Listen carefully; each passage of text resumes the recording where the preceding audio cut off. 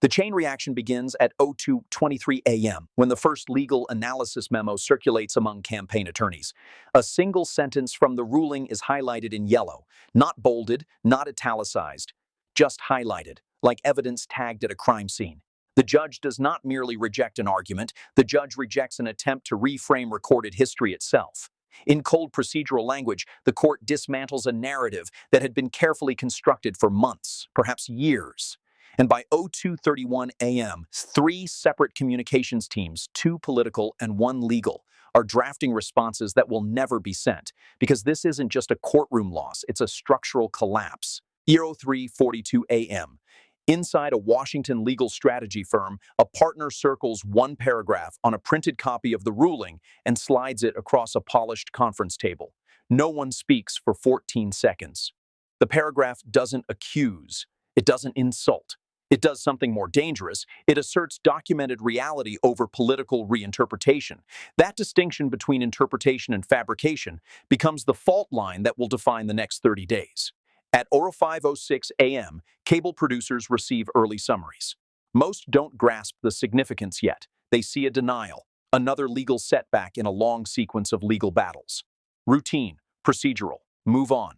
But in private message threads between constitutional scholars and campaign attorneys, the language being used is different. Words like precedent lock, narrative foreclosure, and historical containment begin appearing. These are not television words. These are endgame words. 07:11 a.m.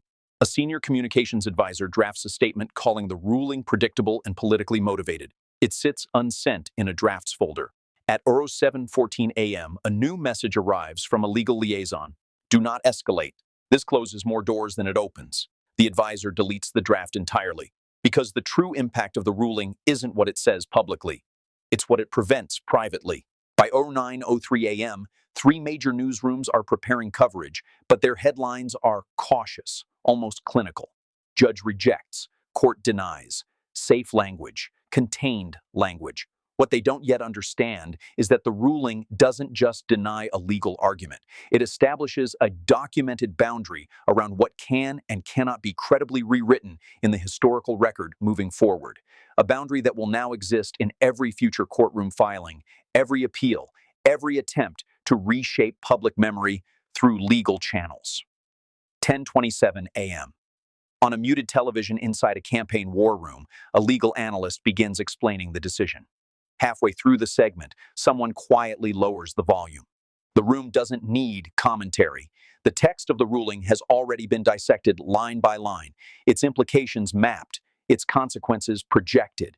Because once a federal judge codifies a version of events into the legal record, reversing it isn't just difficult, it's structurally improbable. Appeals can challenge outcomes, but they rarely erase documented judicial language. And this ruling, delivered without theatrics and without raised voices, places a judicial marker in the timeline that cannot easily be moved. By 11:58 a.m., the first wave of public reaction begins. Social feeds light up, commentators take sides. But beneath the noise, a quieter realization spreads through legal and political circles. This wasn't just a courtroom decision. It was a containment event, a moment where competing versions of reality collided with the slow, methodical machinery of the federal judiciary, and one of them was formally shut down. The collapse doesn't happen with sirens. It happens with PDFs, timestamps, and a judge's signature placed precisely at the bottom of page 42. 12:16 p.m., the first internal briefing memo lands inside a secure legal channel used by senior political operatives and constitutional attorneys.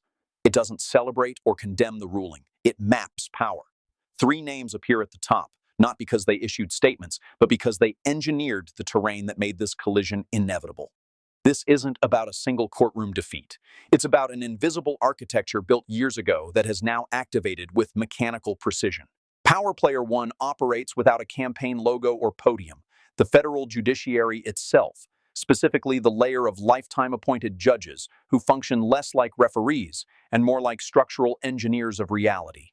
For decades, legal strategists across political movements have treated courts as arenas for interpretation.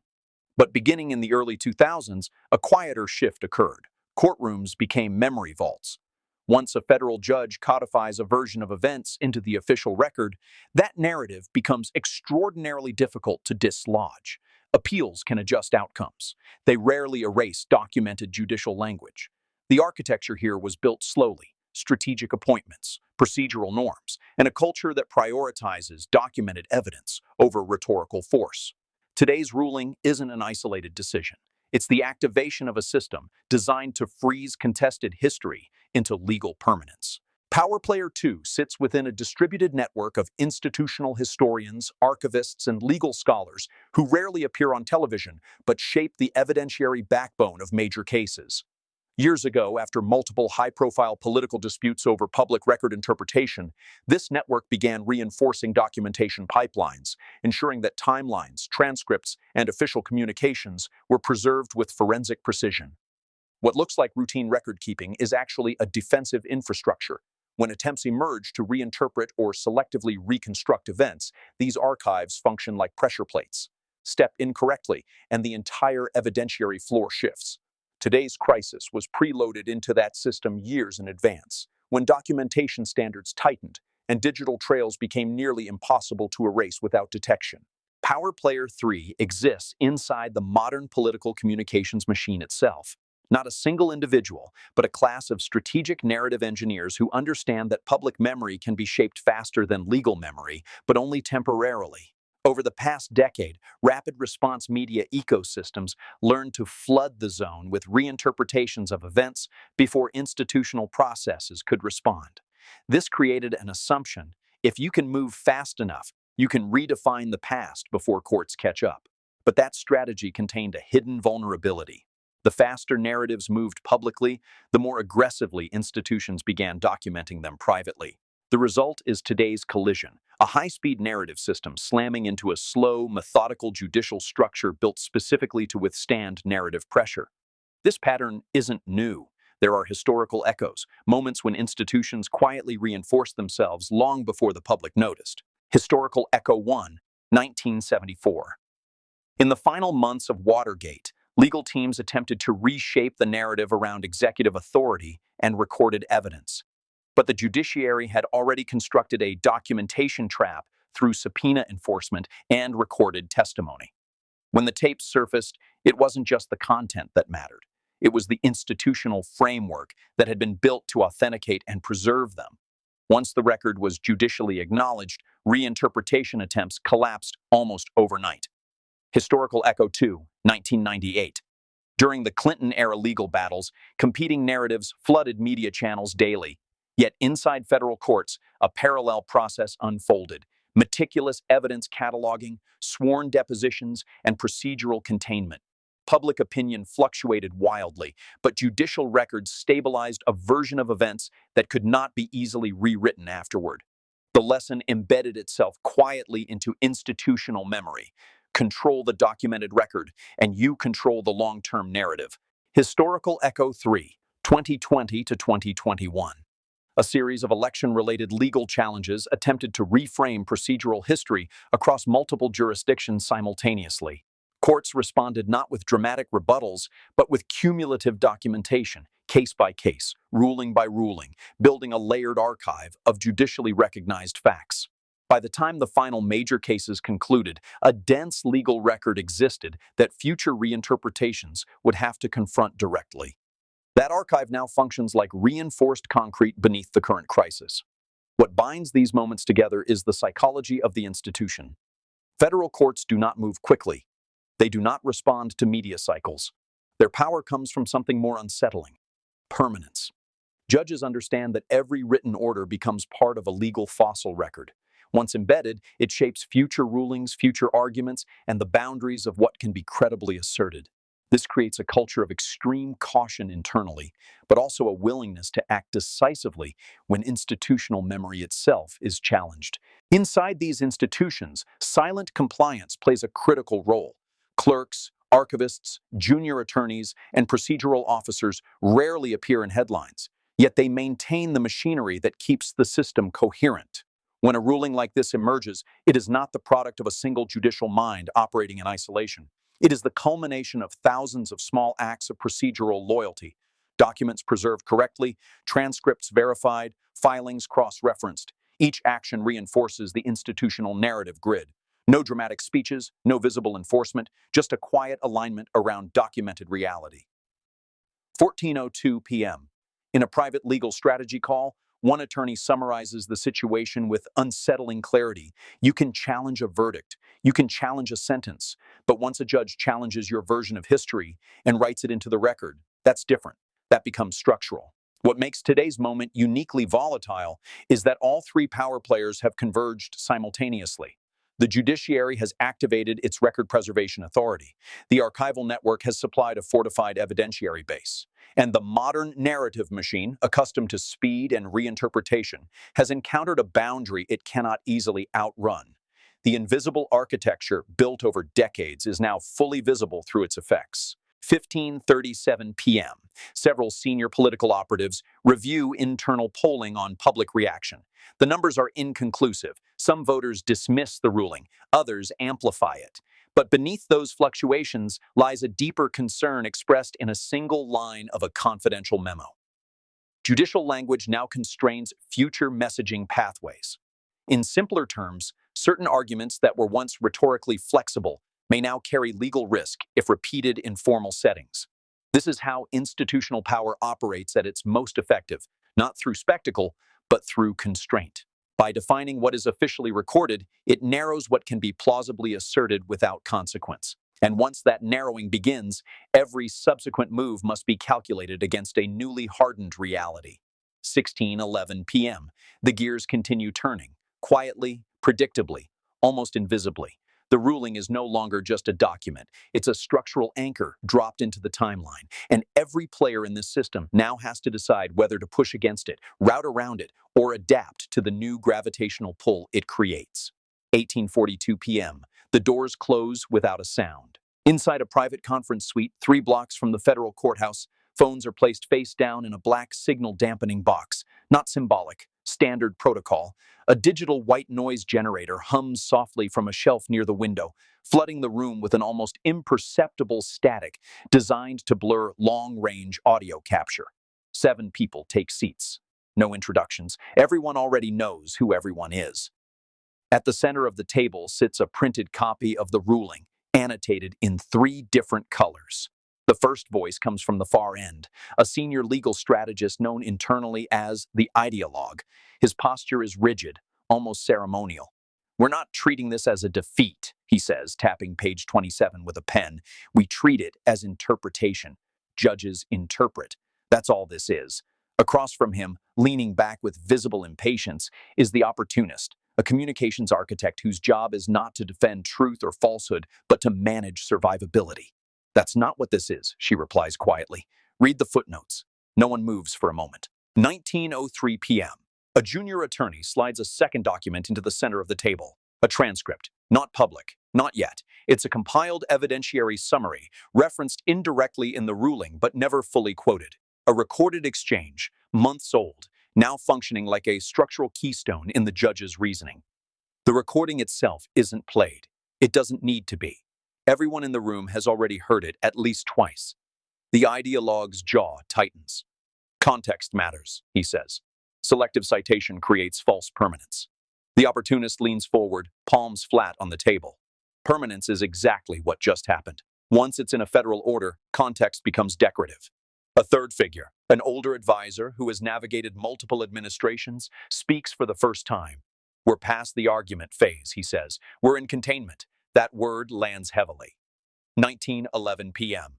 A whiteboard flickers to life at the end of the room. 3 columns appear, handwritten in black marker. Narrative flexibility, legal exposure, historical fixation. Under narrative flexibility, only 2 pathways remain. Under legal exposure, 5 risk scenarios are listed. But it's the third column, historical fixation, that holds the room's attention. Because once a federal judge establishes language describing events in definitive terms, that language becomes a reference point for future cases, future filings, future interpretations. It doesn't just exist, it compounds. This is what they wanted. The ideologue insists to lock in their version permanently. The opportunist doesn't disagree. "Yes," she says, and they succeeded. 19:18 p.m. A secure laptop opens. On screen, a ledger of media response probabilities generated by a private analytics firm. Each potential public statement is mapped against legal risk. Green means safe. Yellow means survivable.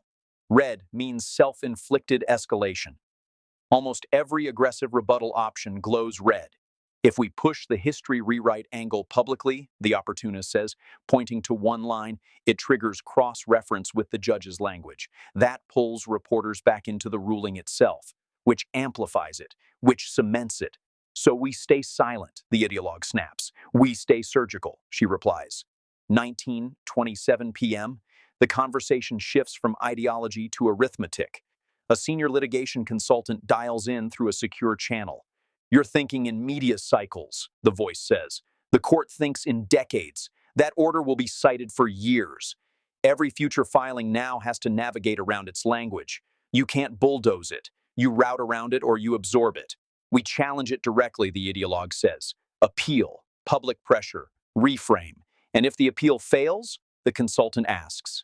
Silence. 19:34 p.m. The specific piece of evidence that shifted everything is finally addressed openly, not the recording itself, but the authentication chain attached to it. A metadata verification signed by two independent forensic analysts and acknowledged in a procedural footnote by the judge. That footnote transforms the recording from disputed material into judicially recognized evidence. Once that happens, challenging it requires counter-forensics, not just counter-argument. This, the opportunist says, circling the footnote number with a red marker. This is the hinge. Without this authentication, we had maneuvering room. With it, the narrative space collapses.